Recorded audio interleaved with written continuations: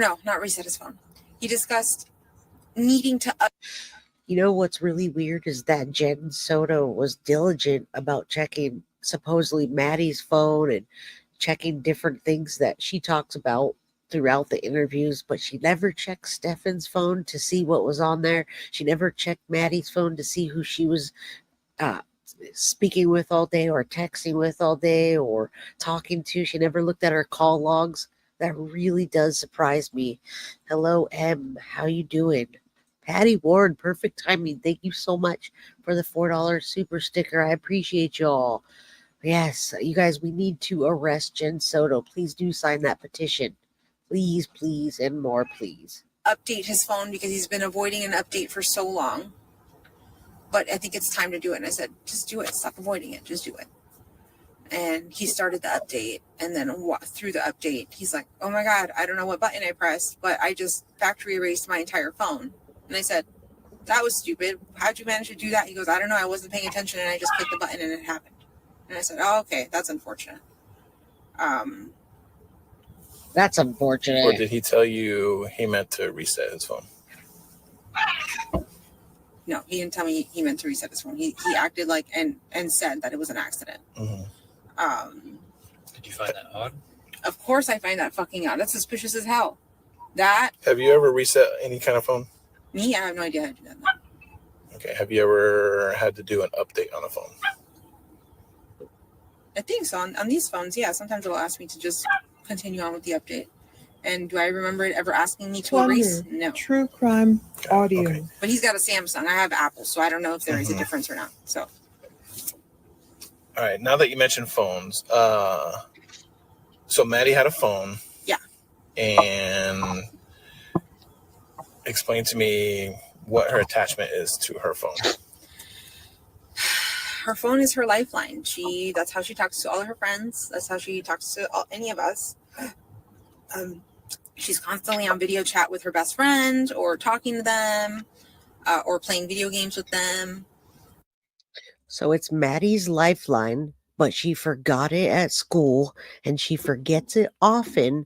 And it's her lifeline. Her life is on the phone, but Jenn Soto doesn't check it. Come on, get real. Teresa Knight, thank you for the $5 super chat. Let's all remember how isolated the dump site was and the area that Jenn knew. Yes, please do remember that because many people are talking about that area. A note that she had written down of that address of that area. She says Stefan Stearns didn't know the area. She clearly says that. And yeah, you thought she had no friends. That's another thing. Maddie didn't have friends, but then all of a sudden she does. And this is her lifeline. Come on. Really? But she's on her phone pretty often. What exactly would you like to know about her phone? So,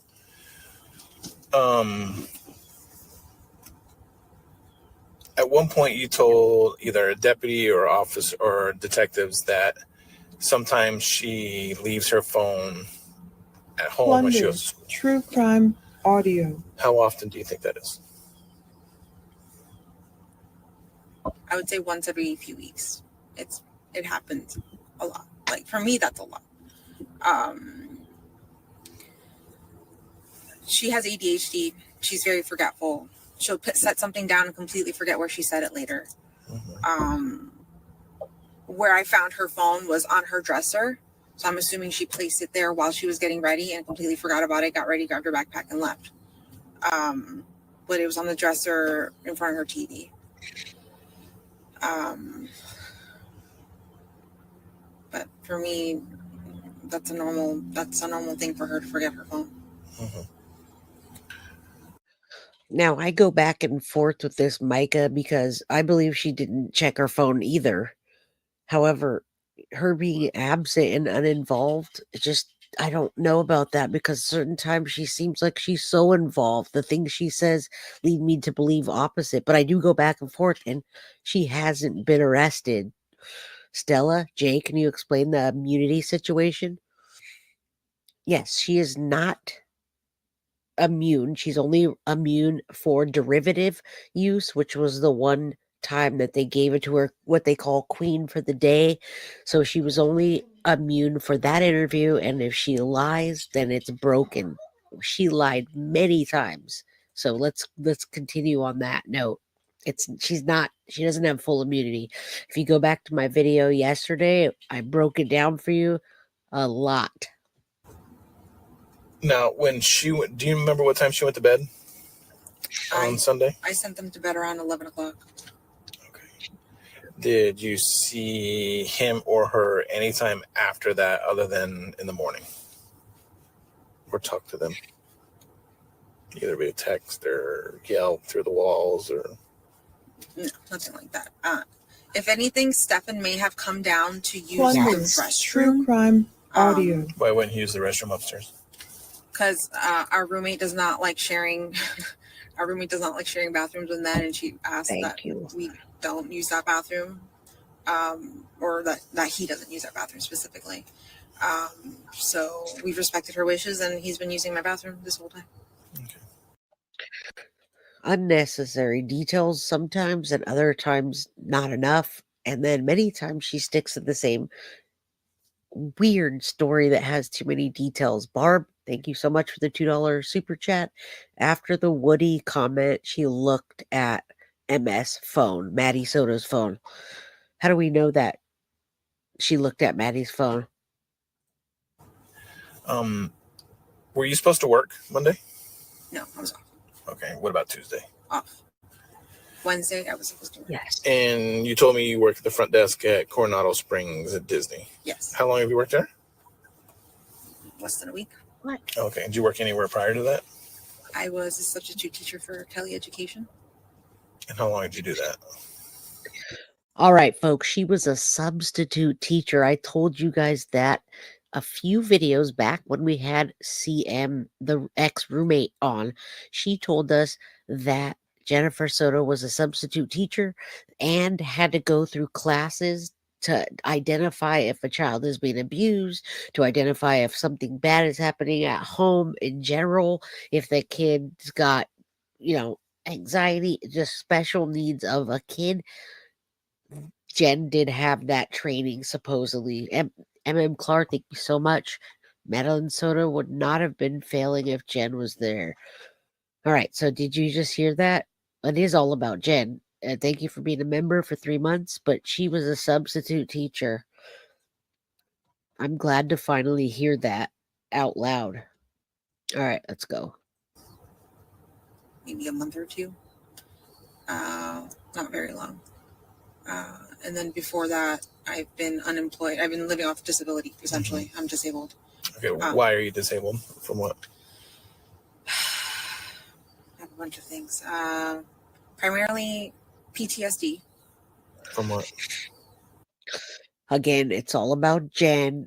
Jenn's disabled. Jenn has PTSD. Let's hear more about Jenn. No, she doesn't have a teaching degree, but just enough to be a substitute teacher, which requires, and what we talked about before, it requires a certain level of education and knowledge about the children and how they behave, certain signs to see if a child's being abused.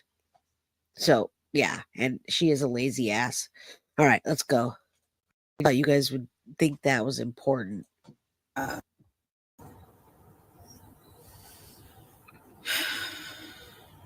So PTSD, bipolar 2, generalized anxiety, ADHD. He asked her why she has PTSD, folks, and I didn't hear an answer. Did you? Now she's just listing off what's wrong with her.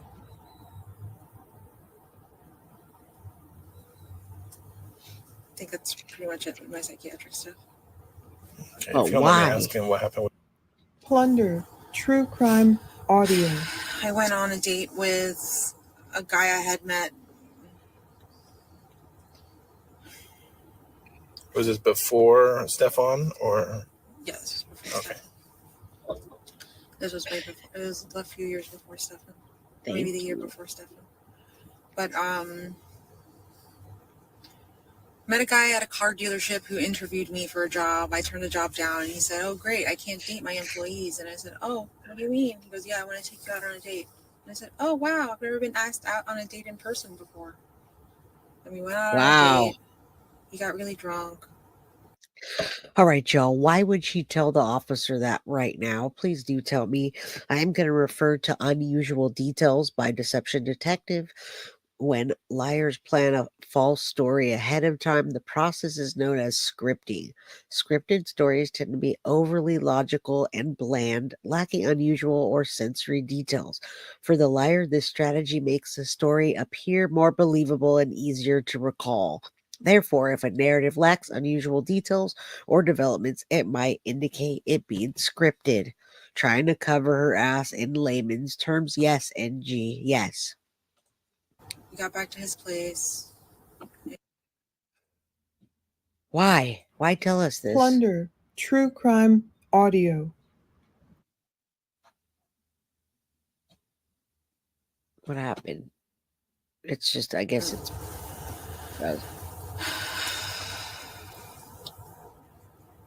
All right. If you didn't work, what would your typical day look like?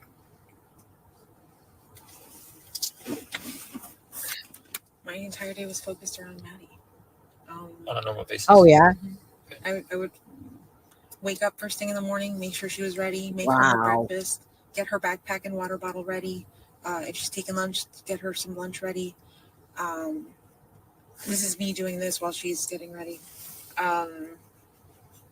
Walk the dog. Come Plunder. back. True Make sure she crime takes all her medications audio. before school. Take her to school. Come back.